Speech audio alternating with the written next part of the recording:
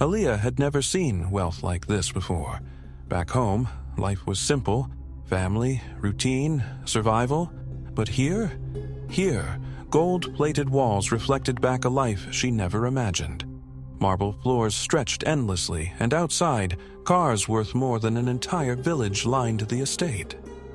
The 23-year-old Eritrean woman had come for one reason: to work as an au pair for a family so powerful their name never touched the tabloids. They lived in one of the wealthiest cities in the world. 3 little girls, daughters of a man who had everything, including a wife whose beauty could command a room. Her job was clear: care for the children, nothing more, nothing less. And at first, that's all it was. She kept her head down, did her work, stayed invisible. But soon, things changed. The girls adored her. They clung to her warmth, a presence different from the cold formality of their world. She was patient, gentle, more of a mother to them than their own. And someone noticed. She wasn't like the others, not to him. Where the wife carried arrogance, she carried warmth. He watched her. Not in the way men watch their servants, but in the way a man watches something he doesn't understand. He had seen women, but he had never seen someone like her. It wasn't sudden, not at first. But in a house like this, nothing goes unnoticed. She noticed the looks, the way his eyes lingered too long. She was once unbothered by the many business trips. She had tolerated these affairs before, even looked the other way. It was easier that way. But this one was different. This woman wasn't just another passing indulgence. She was in her home, loved by her children, and her husband seemed more interested. Aaliyah had been careful. They had been discreet, and yet something had shifted. It wasn't just the stolen glances anymore. It wasn't just the casual evening strolls where their conversation stretched longer than necessary. It wasn't just the way she shyly smiled back. The children were the first to say it out loud. "I wish you were our mom." That thought, once dismissed, began to settle. And then came the sickness. The first time, she thought it was the heat. The second, maybe exhaustion. But when the nausea stayed, when the dizziness turned to fainting, when food tasted different, she knew. A pregnancy test confirmed it. She told him first she had to, and at first he didn't take it well. But after she attended doctor's appointments set up by him in secrecy, he was calm. Too calm, even warmer to her than before. Aaliyah knew why. She was carrying his only heir. But secrecy didn't exist in a house like this. The wife had power, enough to buy silence, enough to buy any information she wanted. The silence in the house changed overnight. The maids stopped making eye contact. The kitchen staff whispered when she walked past. And the wife?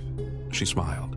He asked to meet her in her cottage, as usual, where the walls couldn't hear them, where no eyes could watch. He was calm, controlled, and his words carefully chosen.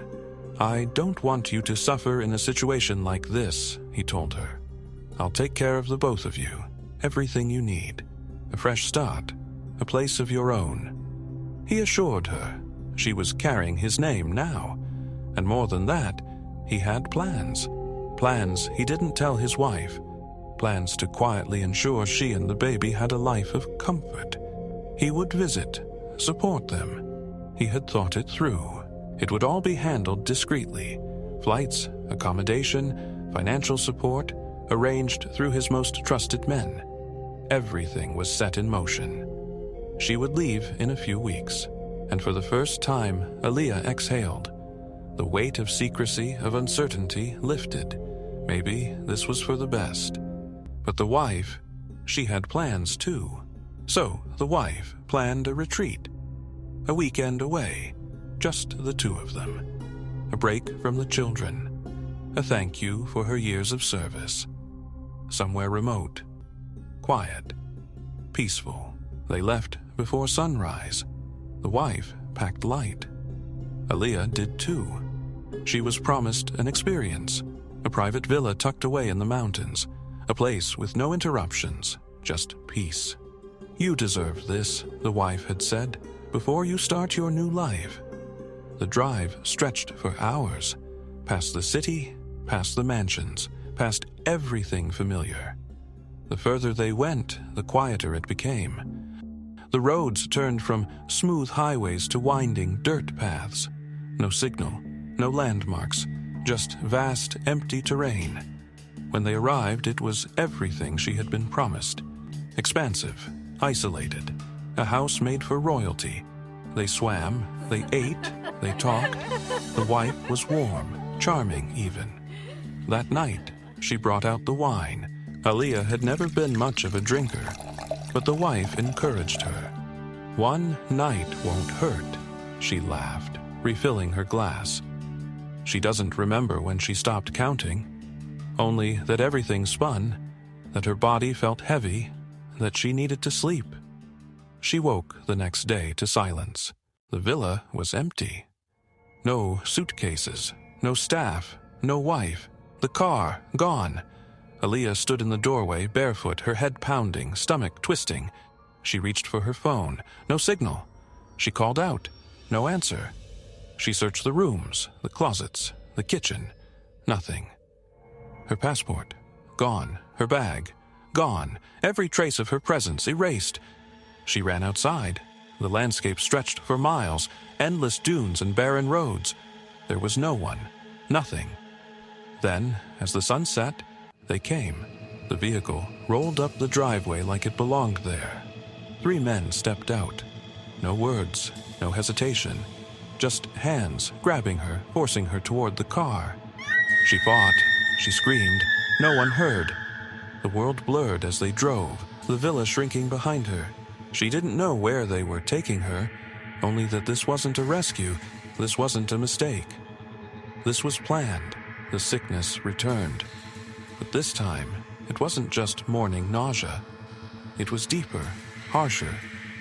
Pain twisted through her, a weight she couldn't shake. She didn't know what was happening, only that something was wrong. She clutched her stomach, praying, willing herself to hold on. Days passed in a blur, her body weak, her thoughts heavy. The voices around her whispered, argued, waited. Then, one of them placed a phone in her hand.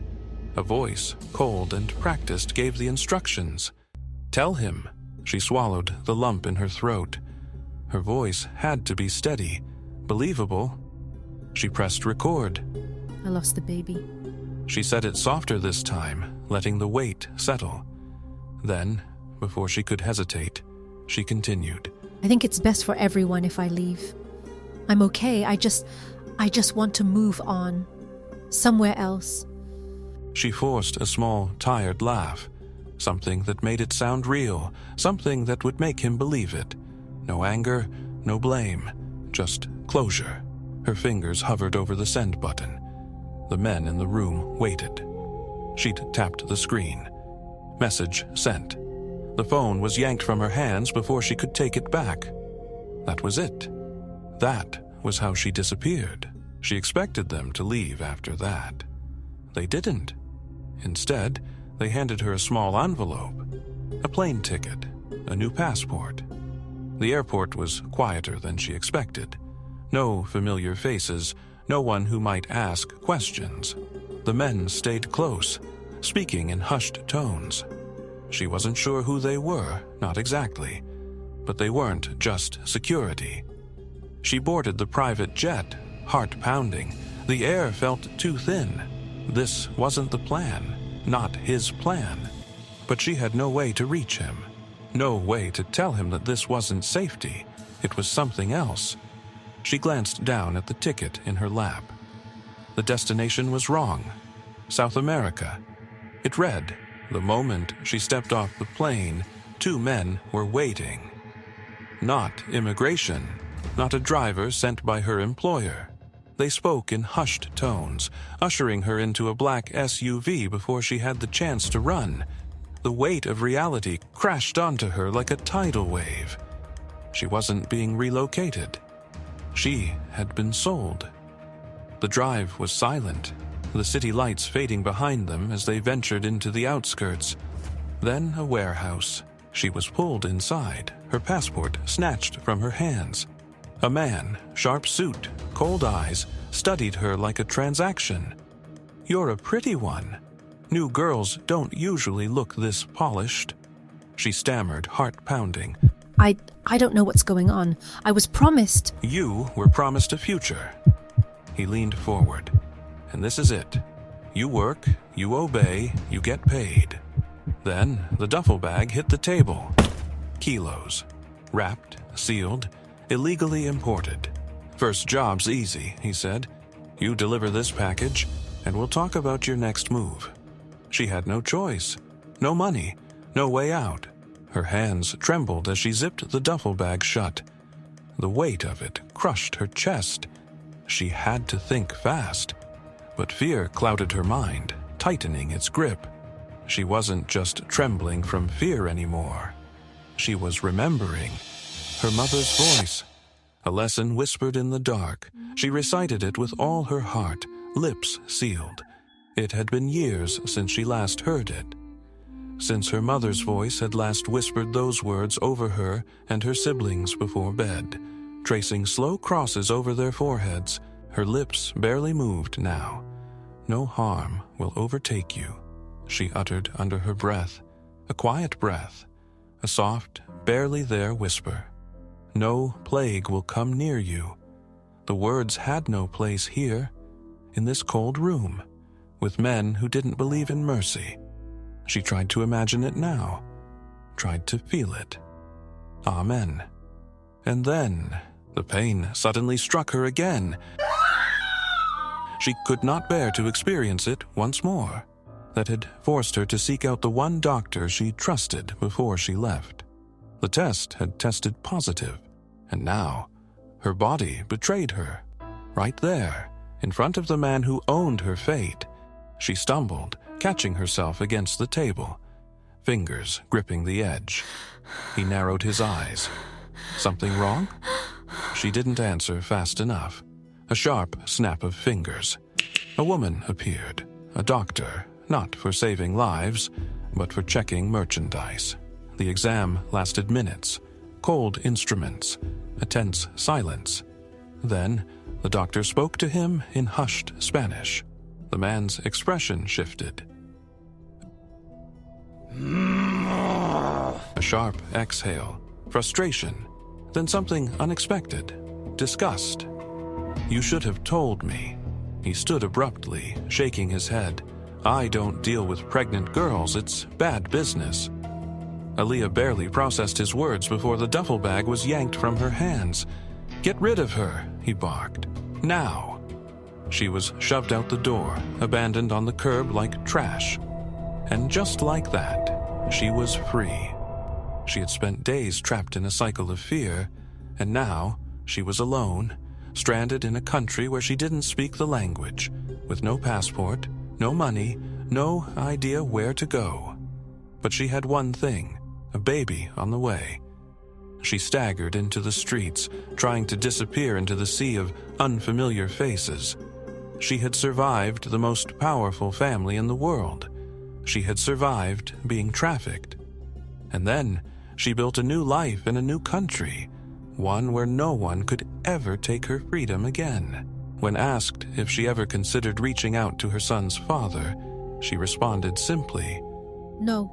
There was no hesitation, no lingering emotion, just certainty. That world nearly took everything from me. She looked down for a moment as if choosing her next words carefully. My son and I, we have a new life now. And that's enough. She never looked back. And as far as she was concerned, he never needed to know. What would you do in a moment like this? Would you panic, or would you fight? Let me know in the comments below. And don't forget to like and subscribe to the channel if you want more real survival stories on Survivor's Diaries.